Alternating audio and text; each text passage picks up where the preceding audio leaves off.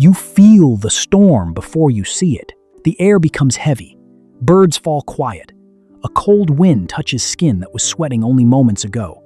Then, the horizon flashes white. You have no weather app, no concrete house, no metal roof between your head and the sky. So, what do you do when the thunder begins? For most of human history, a storm was not background noise behind a window. It could erase tracks, flood a sleeping place, scatter prey, extinguish fire, and turn one exposed tree into the most dangerous object in the landscape. Yet your ancestors survived millions of storms before anyone understood electricity. The honest answer begins with a problem. Thunderstorms leave almost no direct archaeological record. Stone tools survive. Bones survive. Hearths sometimes survive. Fear, timing, and decisions vanish. No excavation can show the exact second when a family noticed dark clouds and moved uphill. No fossil preserves a warning shout. Archaeologists therefore reconstruct storm behavior from several kinds of evidence: shelters, fire use, landscape knowledge, preserved structures, and the behavior of recent hunter-gatherer societies living without modern buildings. What picture appears when those clues are placed together? First, you would notice the storm early. Your ancestors lived outside far more continuously than most people do today. That did not give them magical senses. It gave them practice. Wind direction, cloud growth, distant thunder, animal movement, temperature changes, and the smell of wet soil were not trivia. They were information. A storm rarely arrived as a complete surprise to someone who had spent years watching the same horizon. Elders could remember which valleys flooded, which rock overhangs stayed dry, and which paths became mud. Children learned by following, before they learned by explanation. The first response to thunder was probably not panic. It was movement, but movement toward what? A cave sounds like the obvious answer. Sometimes it was. Wonderwerk Cave in South Africa contains one of the longest records of human activity known from any cave, and it reaches deep into the early Stone Age. In 2026, M. Dolores Marin Montfort and her colleagues reported burned bones in deposits dated between roughly 1.07 and 1.79 million years ago. The finds were deep enough inside the cave that an ordinary grass fire could not simply sweep across them. They suggest that early humans carried or maintained fire in protected space far earlier than many researchers once accepted. That does not prove a thunderstorm routine. It does show that caves could combine shelter, darkness, and controlled flame in very deep time. A cave, however, was not automatically safe. Water can rush through a narrow passage. Loose rock can fall. Animals may already occupy the dry chamber. Smoke can collect where air barely moves. A low cave beside a drainage channel can become a trap during sudden rain. So your ancestors needed more than the idea that caves were good. They needed a mental map of particular places. This overhang stays dry. That hollow floods. This entrance faces the wind. That one belongs to hyenas. Knowledge was local. A useful shelter might also be something your group built. At Kalambo Falls in Zambia, archaeologist Larry Barnham and his team found two large logs shaped to interlock at least 476,000 years ago. The structure was not a modern house, and its exact purpose remains uncertain. Yet the workmanship proves that ancient humans were already modifying heavy wood and combining pieces into a stable arrangement. That matters during bad weather. Branches, hides, bark, grass, and logs decay, so most shelters disappear. Their absence from an excavation does not mean your ancestors slept uncovered every night.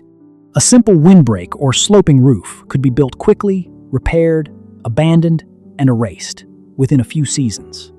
How many storms were survived beneath structures that left no trace at all? When thunder grew closer, the group would probably tighten rather than scatter.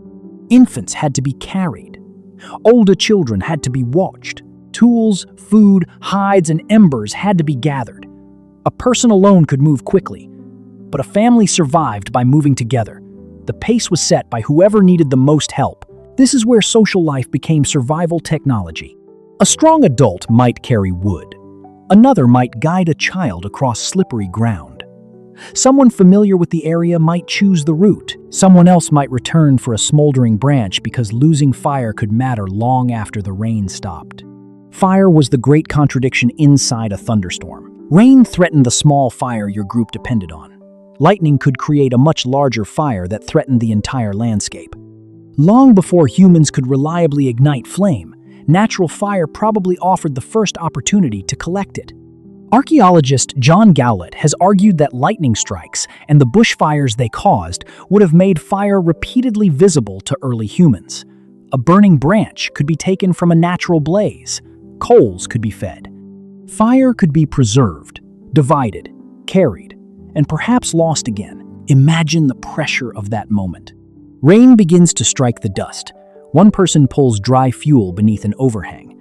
Another shields glowing embers inside bark, ash, or packed plant material. Too much air, and the bundle burns too quickly. Too little, and it dies. Was every group able to save its fire?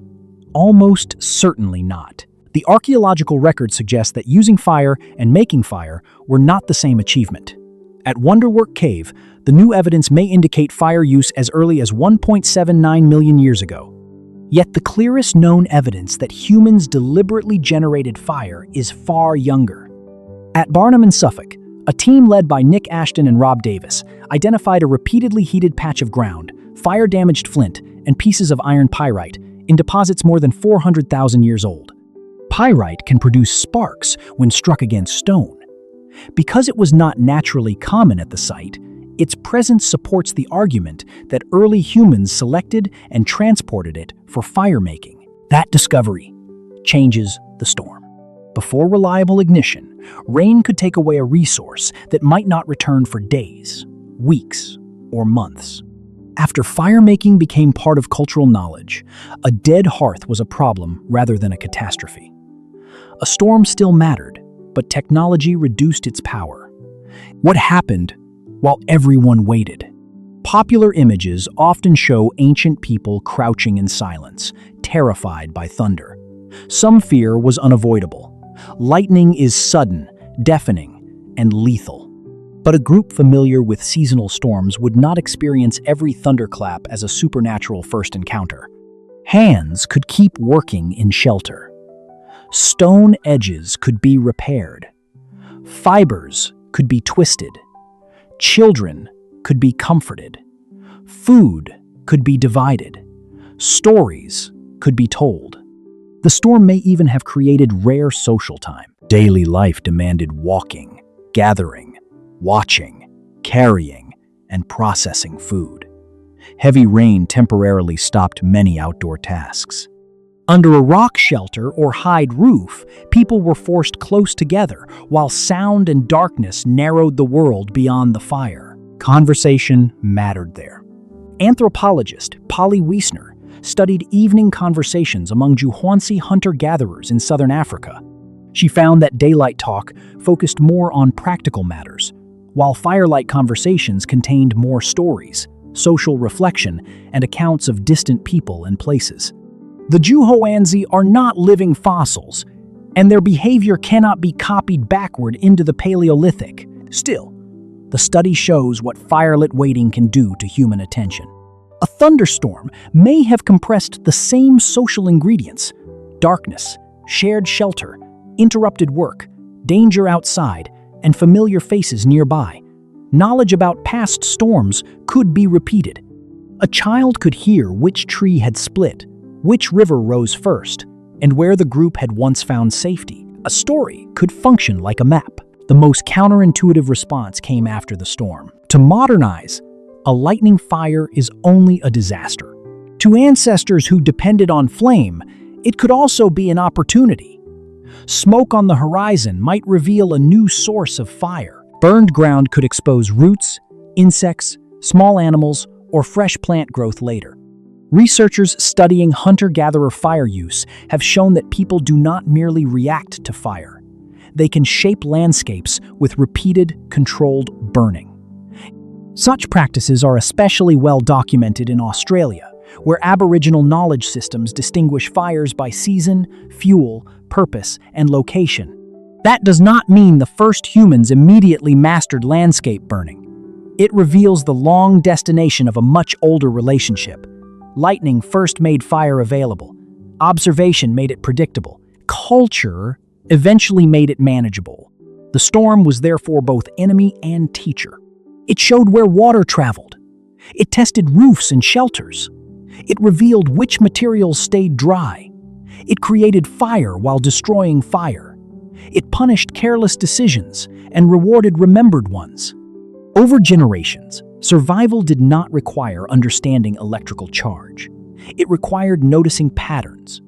An isolated high tree was a bad place when lightning approached, even if nobody could explain why. A dry stream bed was a bad sleeping place when rain fell beyond the hills. A shallow overhang exposed to wind was worse than a deeper shelter with ventilation. Wet wood belonged outside the precious center of the fire, while dry fuel had to be protected before the first drops arrived. These rules could emerge from loss. Someone once chose the wrong tree. Someone once watched water enter a familiar cave. Someone once failed to protect the embers. The survivors remembered. Natural selection shaped your nervous system, but culture shaped your response. You inherited a brain that jumps at thunder. Your ancestors inherited instructions about where to move, whom to carry, and what to save. That distinction is important. Fear alone can freeze you. Shared knowledge turns fear into sequence. Notice the wind, call the children, take the embers, leave the low ground, reach the shelter. No single genius invented this routine. It accumulated through thousands of ordinary storms. Each generation received incomplete knowledge, tested it, corrected it, and passed it forward. That was prehistoric forecasting.